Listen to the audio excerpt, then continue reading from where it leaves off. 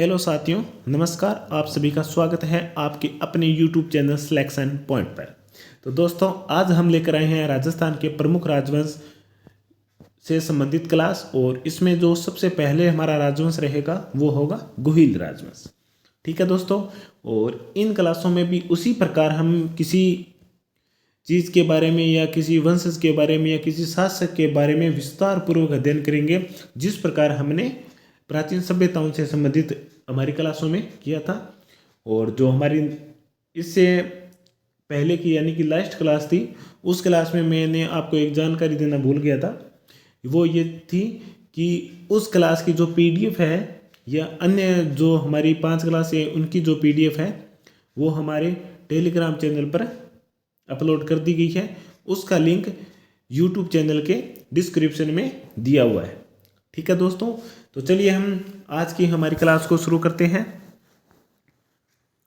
और राजस्थान के प्रमुख राजवंशों के बारे में पढ़ने से पहले हम इनकी उत्पत्ति के क्या कारण रहे हैं, क्या स्रोत रहे हैं, उनके बारे में थोड़ी चर्चा कर लेते हैं। कि सबसे पहले तो राजपूतों का काल है जो 7वीं से 12वीं सदी तक का बीच का माना जाता है। पहली बात, 7वीं सदी से मध्य से लेकर के 12वीं सदी के काल समाप्ति तक के काल को राजपूत युग कहा गया। आपको इतना ही याद रखना है। राजपूत ये शायद तक 2017 या 16 में हुआ था जेल प्रहरी का पेपर, जो उस समय रद्द हो गया था, और फिर 2018 में ये शायद तक दोबारा हुआ था, ऐसा कुछ था। उस भर्ती में ये प्रश्न पूछा गया था कि राजस्थान में जो राजपूत काल है वो कितना रहा है, किस सदी से किस सदी तक। तो हमारा आंसर यहाँ होगा 7वीं शताब्दी से लेकर के 12वीं सदी तक।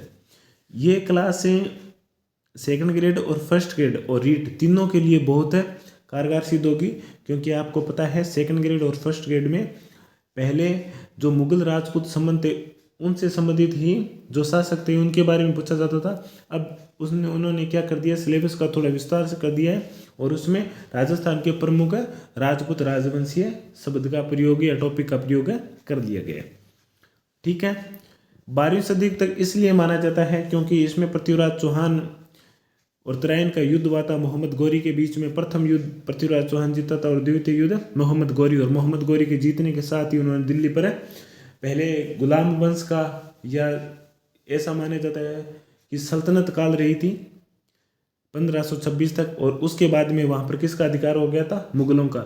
इसलिए जो 12वीं सदी तक का जो काल था वो राजपूत काल कहा जाता है, क्योंकि उसमें भारत की जो केंद्रीय शक्ति थी नहीं, उस पर राजपूतों का ही राज था।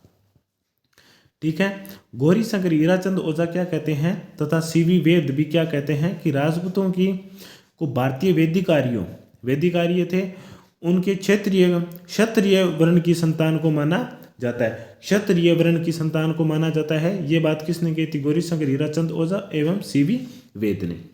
ठीक है, इसके बाद में हम चलते हैं चंद्रबरदई जो कि पृथ्वीराज चौहान तर्थे के दरबारी कवि थे। उन्होंने अपने ग्रंथ पृथ्वीराज रासो, कौन से ग्रंथ, पृथ्वीराज रासो में, कौन से ग्रंथ में, पृथ्वीराज रासो में राजपूतों की उत्पत्ति अग्निकुंड से मानी है। किससे मानी है, अग्निकुंड से।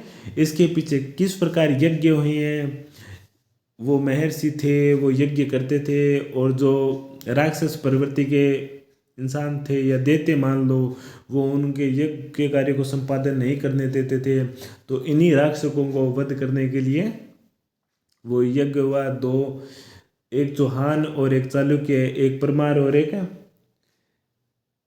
एक प्रतिहार, इस प्रकार 4 क्षत्रिय वर्ण का उदय हुआ था। ये कहानी है, ऐसा माना जाता है, परंतु आज के वैज्ञानिक युग में इन कहानियों को सत्य नहीं माना जाता है। ठीक है, तो यहाँ पर चंद्रबरदाई ने अग्निकुंड कारण माना है, ये आपको ध्यान में रखना है। इसके अलावा डी आर भंडारकर ने गुहिल राजपूतों की उत्पत्ति नागर ब्राह्मणों से माना। किससे माना है, नागर ब्राह्मणों से। डी आर भंडारकर ने गुहिल राजपूतों की उत्पत्ति नागर ब्राह्मणों से मानी है।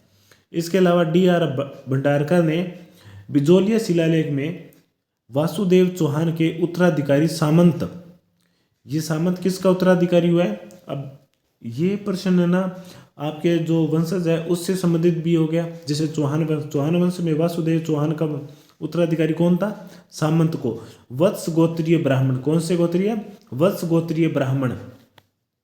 अब आपके सामने सीधा सा प्रश्न आ जाएगा कि बिजोलिया शिलालेख में किस वंशज को वत्स गोत्रीय ब्राह्मणों की उत्तराधिकारी या वंशज माना जाता है? तो किस वंश को माना जाता है? किस राजपूत वंश को माना जाता है? तो चौहान को। और इसके अलावा भंडारकर ने गोहिलों राजपूतों को किसका की उत्पत्ति किससे मानी थी?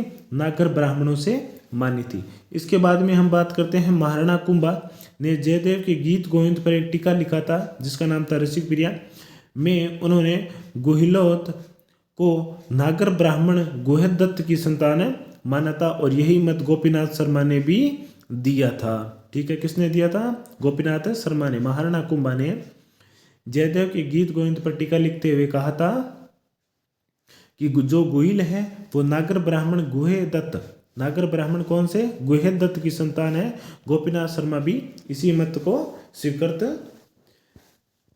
करते हैं। ठीक है, भंडारकर ने भी यही बात बोली थी कि राजपूतों की उत्पत्ति नागर ब्राह्मणों से हुई है, गुहिल राजपूतों की।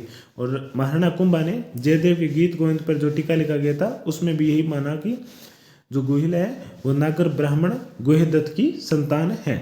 चलिए आगे चलते हैं। इसके बाद में आता है कर्नल जेम्स टोड ने। कर्नल जेम्स टोड ने राजपूतों को शक या सीथियन कहा था, जाति के वंशज माने हैं। और इसी प्रकार सिमथ ने राजपूतों को हूणों की संतान मानते हुए विदेशी माना। यानी कि कर्नल जेम्स टोड ने भी यही माना कि राजपूत विदेशी थे और सिमथ ने भी यही माना कि राजपूत विदेशी थे, जिसमें अंतर यह है कि कर्नल टोड ने इसे शक अथवा सीथियन माना जबकि सिमथ ने इसे हूणों की संतान माना है।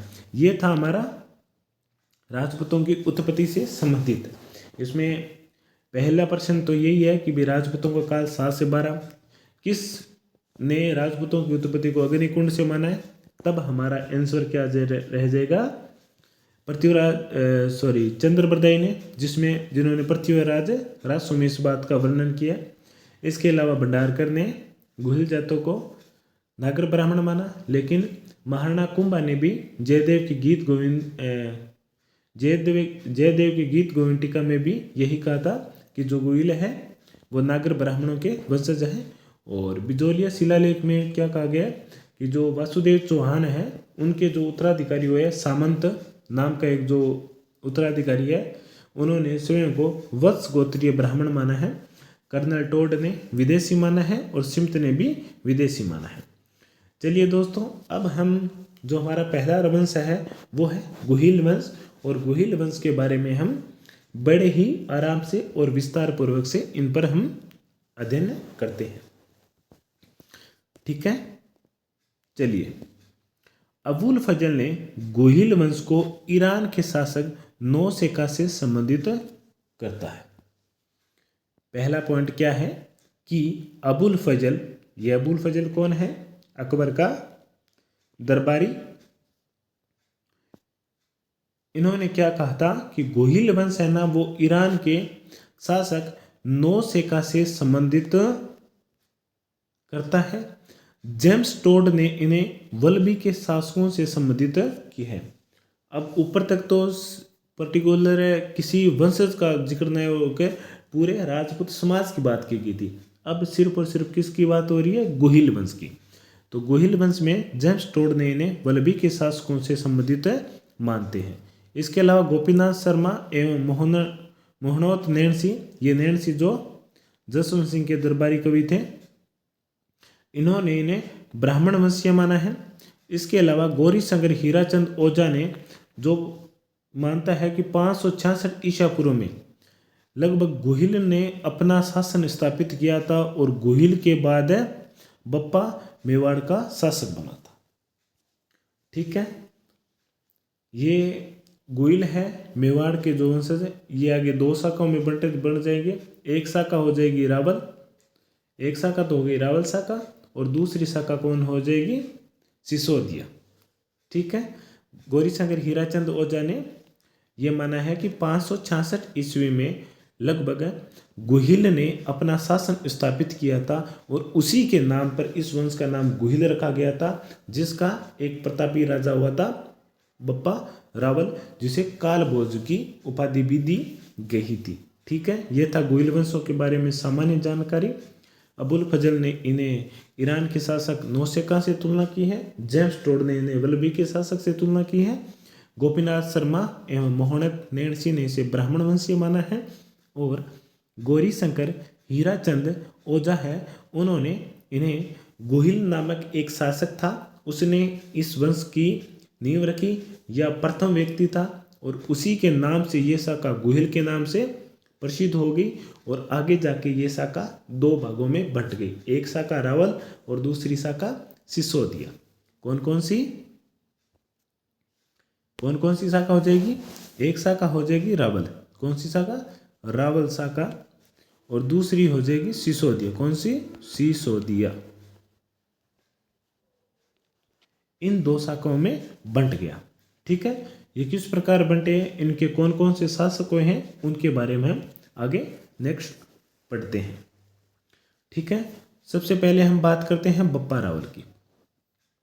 बप्पा रावल, जिसका कार्यकाल 734 से 753 माना जाता है। ये जो बात है वो मैंने किसी गाइड से नहीं लिखी है, जो 10वीं की राजस्थान के इतिहास और संस्कृति की जो किताब है उससे ही ली गई है। ठीक है, और अगर कुछ अदर बातें हैं तो वो हमने कहाँ से ली है? आरबीएससी की जो पुरानी किताबें हैं उनसे ली है। ठीक है, राज प्रशस्ति, जिसे किसने लिखा था? रणछोड़ भट्ट ने लिखा था, के अनुसार बप्पा ने 734 में चित्तौड़ के शासक मानमोरी को परास्त करके चित्तौड़ पर अधिकार किया था। ये मानमोरी कौन था? मौर्य शासक था। ठीक है, कि राज प्रशस्ति के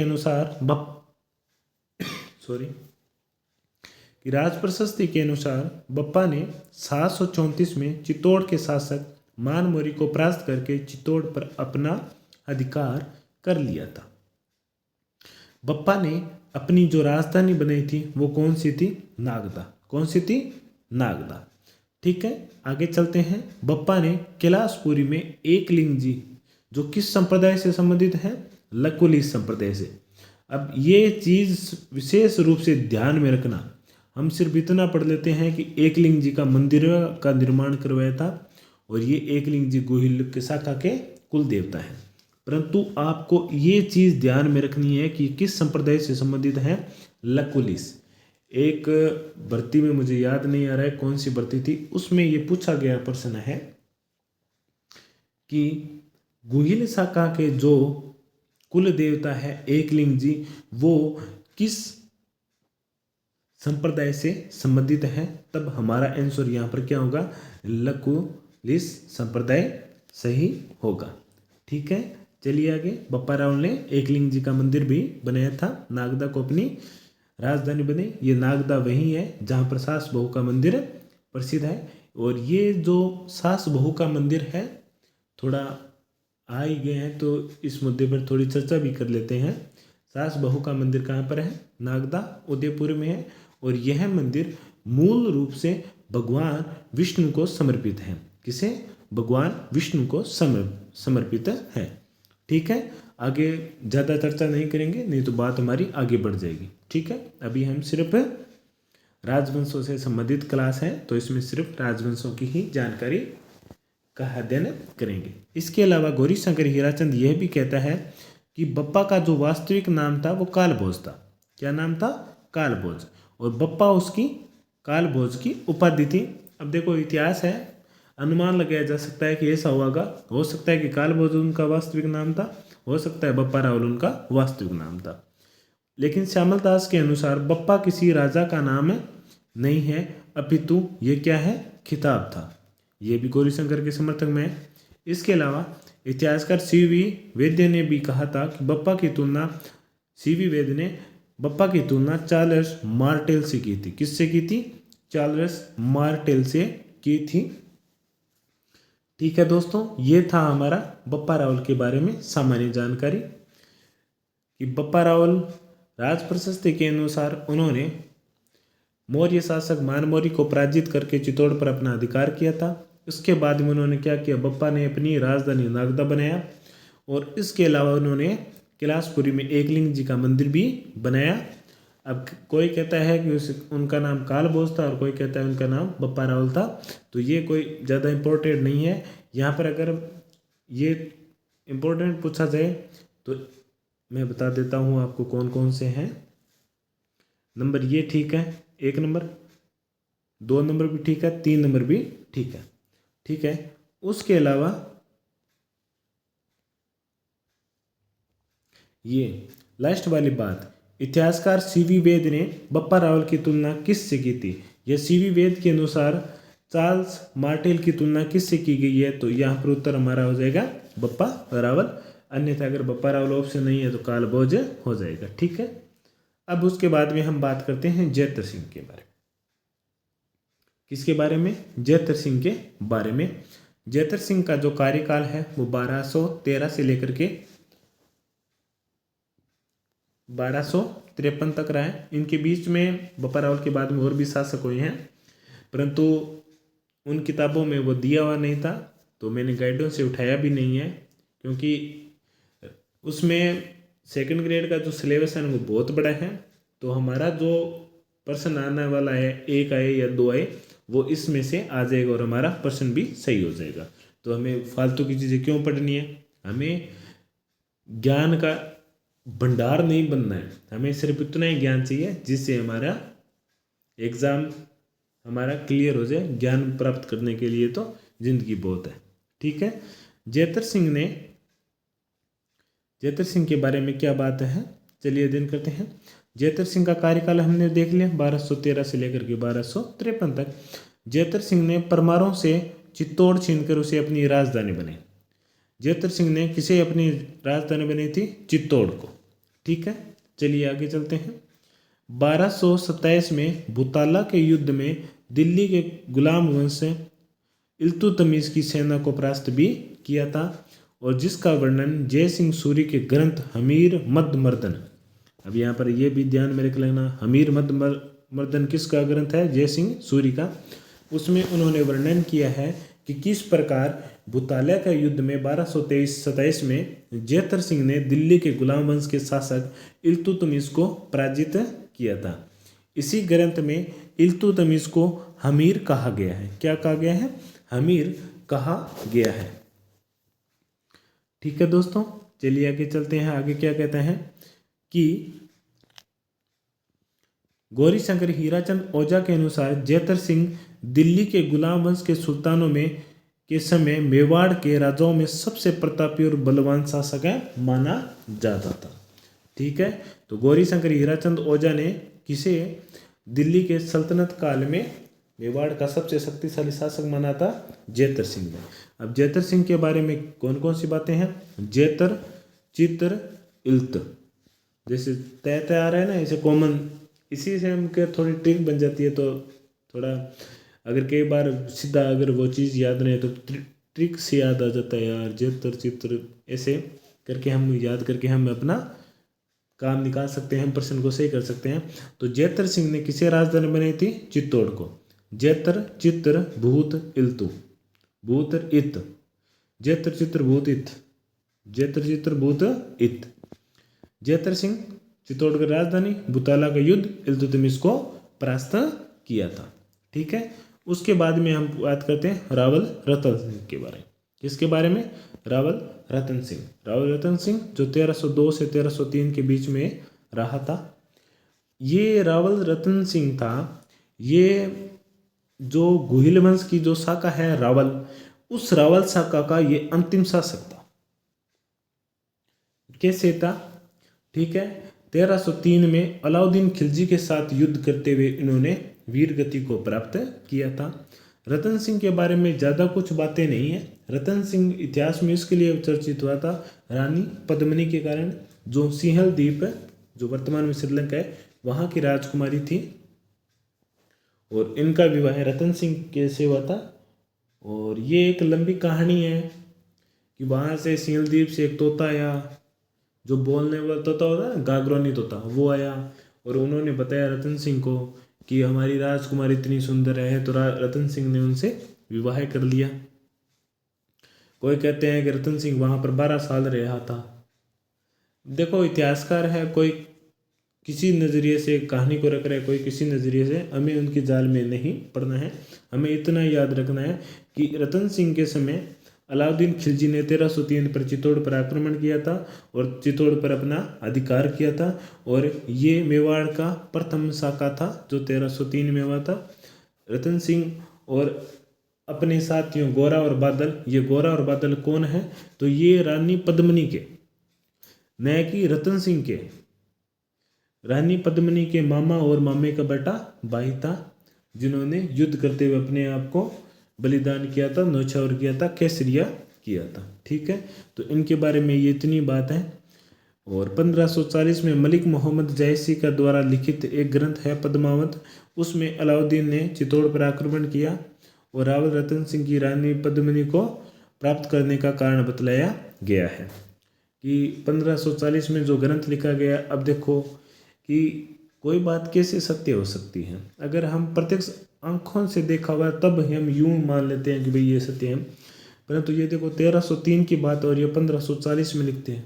कितना साल हो गया, लमसम में 200 के आसपास साल हो गया। कितना साल हो गया, 200 प्लस ही हो गया। तो ऐसी कहानी हो सकती है, कुछ बढ़ा चढ़ा कर लिखी गई है जो जैसे, हाँ कुछ ऐसा हो सकता है और बाकी हो सकता है कुछ बढ़ा चढ़ा करके लिखा गया है। ठीक है, ये था रतन सिंह के बारे में। ये रावल शाखा के अंतिम शासक रहे हैं मेवाड़ के। ठीक है दोस्तों, चलिए आगे चलते हैं। अलाउद्दीन से लड़ते हुए रतन सिंह एवं सेनापति गोरा व बादल वीरगति को प्राप्त हुए तथा रानी पद्मिनी ने अपनी 1600 महिलाओं के साथ जौहर किया था। कितनी महिलाओं के साथ, 1600 महिलाओं के साथ। अब कहा जाता है कि जब अलाउद्दीन ने चित्तौड़ का घेराबंदी की थी, तब जब वो हार गया था कि हम प्राप्त नहीं कर सकते, सेना भूख प्यास में लड़ने आपस में ही लड़ने झगड़ने लगी, तब उसने अलाउद्दीन ने दोस्ती का हाथ बढ़ाया और जैसे ही रतन सिंह बाहर आए तो उन्हें दिल्ली कैद करके दिल्ली ले जाया गया। और उसके बाद में अलाउद्दीन ने शर्त रखी थी कि आप रानी पद्मिनी मेरे हरम में आ जाए, मैं अलाउद्दीन रतन सिंह को छोड़ दूं। और फिर 1600 दासियों के साथ गई थी रानी पद्मिनी। अब वो 1600 दासियां नहीं थी, कौन थी वो, कौन थी वो, 1600 दासियां नहीं थी, वो थे पुरुष थे।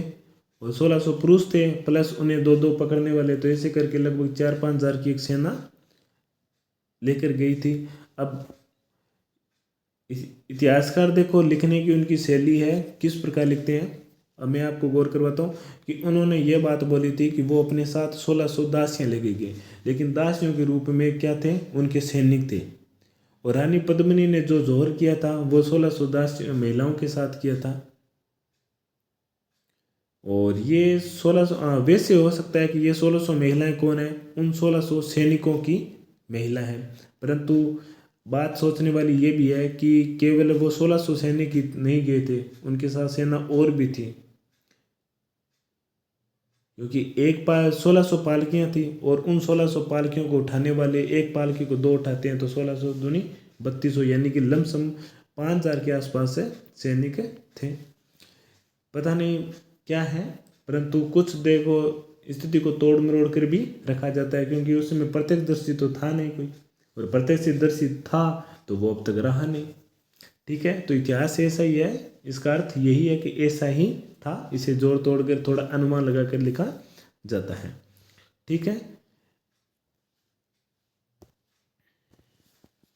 इस युद्ध में यानी कि 1303 में जब अलाउद्दीन ने चित्तौड़ पर आक्रमण किया था, उस समय अमीर खुसरो भी उस था और उसने अपने ग्रंथ खजाइनुल उल फुतुह में इस आक्रमण का वर्णन भी किया है। अलाउद्दीन ने अपने पुत्र खिजर खां को चित्तौड़ का प्रशासक नियुक्त किया और खिजर अपने पुत्र के नाम पर ही इसका नाम क्या रख दिया गया था, खिजराबाद इसका नाम है रख दिया गया था। ठीक है, चलिए आगे चलते हैं। रावल रतन सिंह चित्तौड़ के गोहिल वंश की रावल शाखा का अंतिम शासक था और रतन सिंह के साथ ही रावल शाखा का भी अंत हो गया था। ये था रावल रतन सिंह, 1302 या 1303 के बीच में रहा था। इतिहास में रानी पद्मिनी के कारण चर्चा में आता। और अलाउद्दीन ने 1303 में चित्तौड़ पर आक्रमण किया था। आक्रमण का कारण रानी पद्मिनी की सुंदरता थी। ठीक है, कहानियाँ बहुत है, कहानियाँ नहीं पढ़नी, हमें जो फैक्ट है वही समझने हैं, क्योंकि परीक्षा में वही आते हैं, कहानियाँ नहीं आती हैं। ठीक है, अलग अलग इतिहासकारों से अलग अलग, जैसे मेरा नज़रिया अलग है, मेरे साथी का नज़रिया अलग है, आपका नज़रिया अलग है, तो सभी के नज़रिए या मत सेम तो हो नहीं सकते। ठीक है, ये हमारा रावल रतन सिंह, और इसी के साथ हमारी रावल शाखा का भी समापन हो गया। अब उसके बाद में मेवाड़ में पुनः जो गुहिल वंश की दूसरी शाखा सिसोदिया का वंश किस प्रकार स्थापित होता है उस पर हमें थोड़ी चर्चा करेंगे। ठीक है, रावल रतन सिंह गुहिल वंश की जो रावल शाखा था उनका अंतिम शासक था, और उनको हराने के बाद में अलाउद्दीन खिलजी ने अपने पुत्र खिजर खां को वहां नियुक्त किया, और खिजर खां के नाम पर उसका नाम खिजराबाद रख दिया। जल्दी करते हैं, हमारी क्लास थोड़ी ये लंबी होगी। राणा हमीर आता है, 1326 से लेकर के 1364 इसका कार्यकाल रहा है। 1326 से लेकर के 1364 तक इनका कार्यकाल रहा है। खिजर खान ने चित्तौड़ का जो प्रशासक था वो चौहान सरदार मालदेव को सौंप दिया था। अब मालदेव वो नहीं है, अब इनका कार्यकाल देख लो, 1326 की बात चलती रही, और वो हमारे मालदेव 1540 के आसपास था। इन्होंने चौहान सरदार मालदेव को सौंप दिया गया था। मालदेव के पश्चात बनवीर को यहाँ पर चित्तौड़ का अधिकारी बनाया गया था। अब ये बनवीर अलग है, उदय सिंह के समय बनवीर अलग था, और ये बनवीर अलग है। सरदार मालदेव को सौंपा गया था, और मालदेव ने खिजर खान ने मालदेव को सौंपा, और मालदेव ने किसको सौंप दिया था? बनवीर को चित्तौड़ का अधिकारी बना दिया गया था। इसके बाद में सिसोदा ठिकाना के जागीरदार थे कौन? हमीर ने 1326 में, कब? 1326 में चित्तौड़ पर अधिकार कर गोहिल वंश की स्थापना की थी, और ये सिसोदा ठिकाने के होने के कारण इसे सिसोदिया वंश से नाम से जाना जाने लगा। ये हमीर कौन था? इसके दादा और इसका पिता जो रतन सिंह की ओर से युद्ध करते हुए वीरगति को प्राप्त हुए थे, ये जागीरदार थे सिसोदा गांव के। इन्होंने 1326 में चित्तौड़ पर अधिकार कर गोहिल वंश की स्थापना की, और इस शाखा का नाम था सिसोदिया। क्या था? सिसोदिया।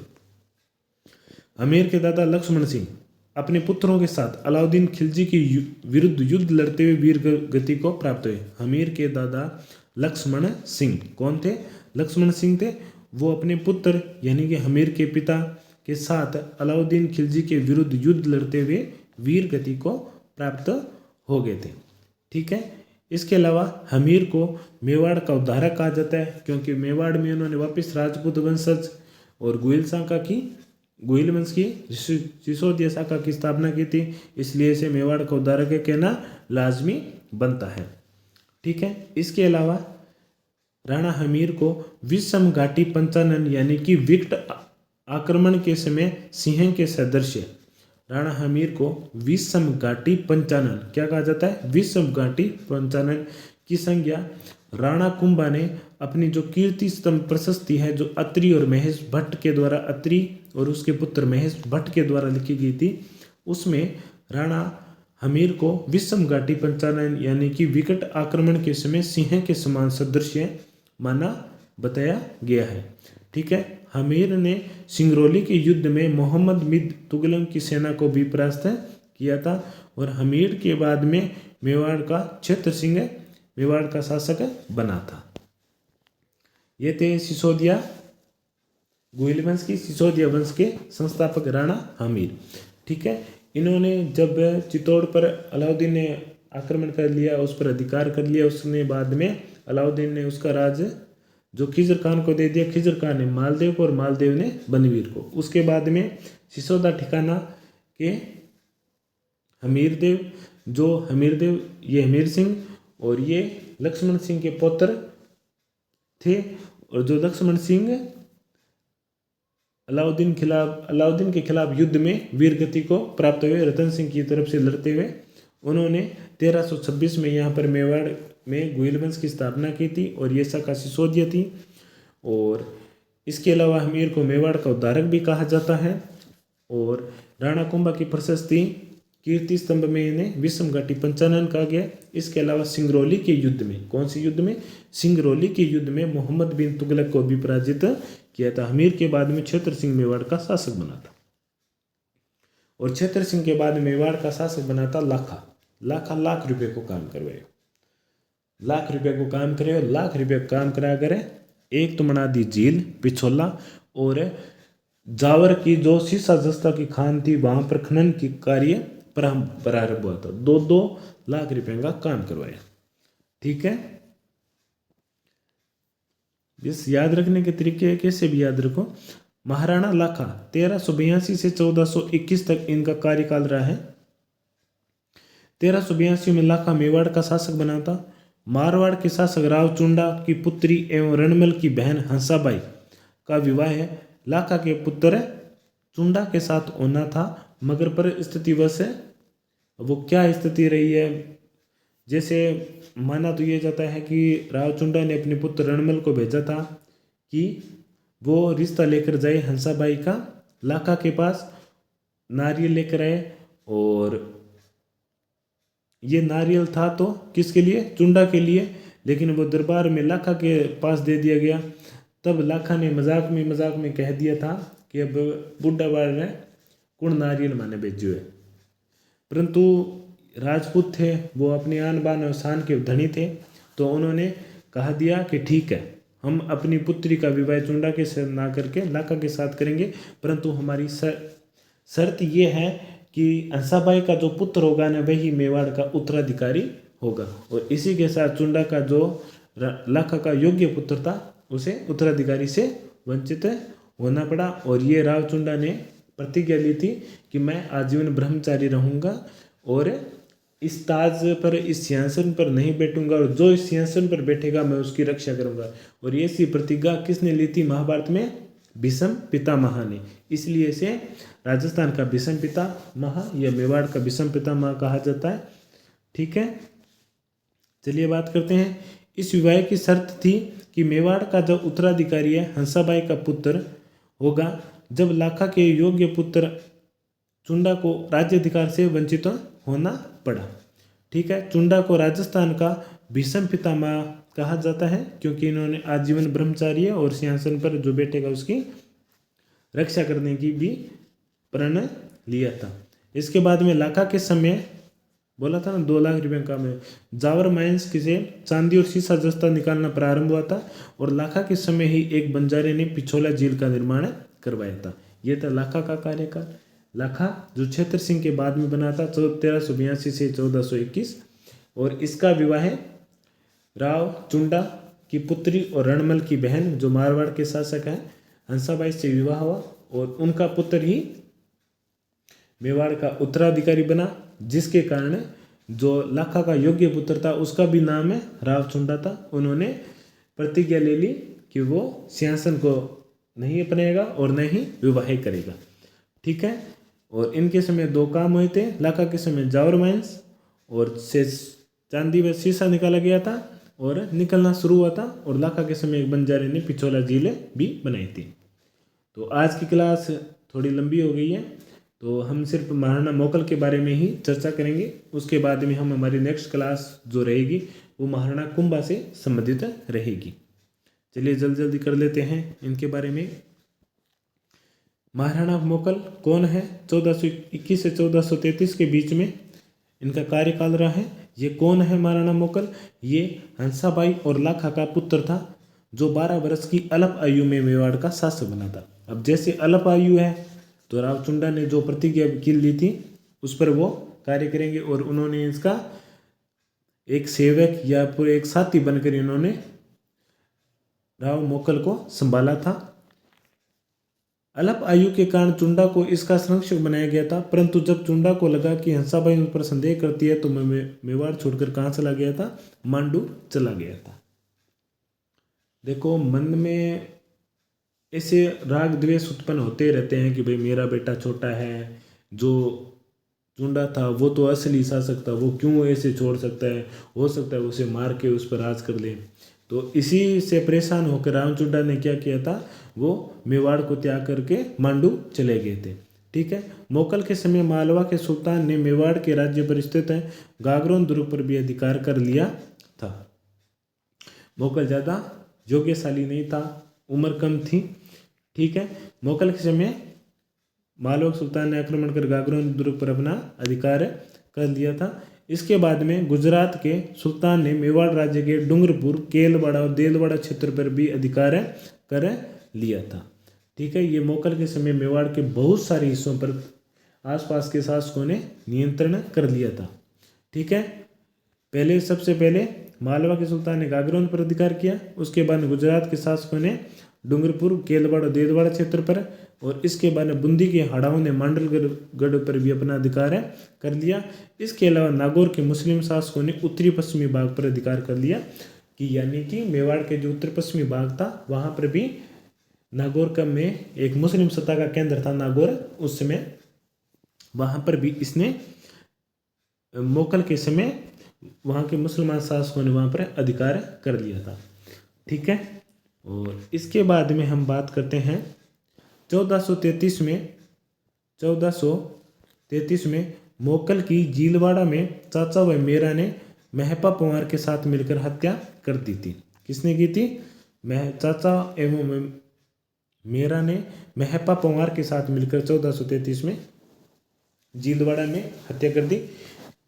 अब जीलवाड़ा में हत्या होने के पीछे रीजन क्या था कि जब मालवा के सुल्तान ने मेवाड़ के राज्य पर गागरोन पर अधिकार किया था, तब मोकल उनको छुड़ाने के लिए वहाँ गए थे, परंतु जीलवाड़ा के नामक स्थान पर ही चाचा और मेरा व ने महपा पंवार के साथ मिलकर इनकी हत्या कर दी। ये चाचा और मेरा कौन थे?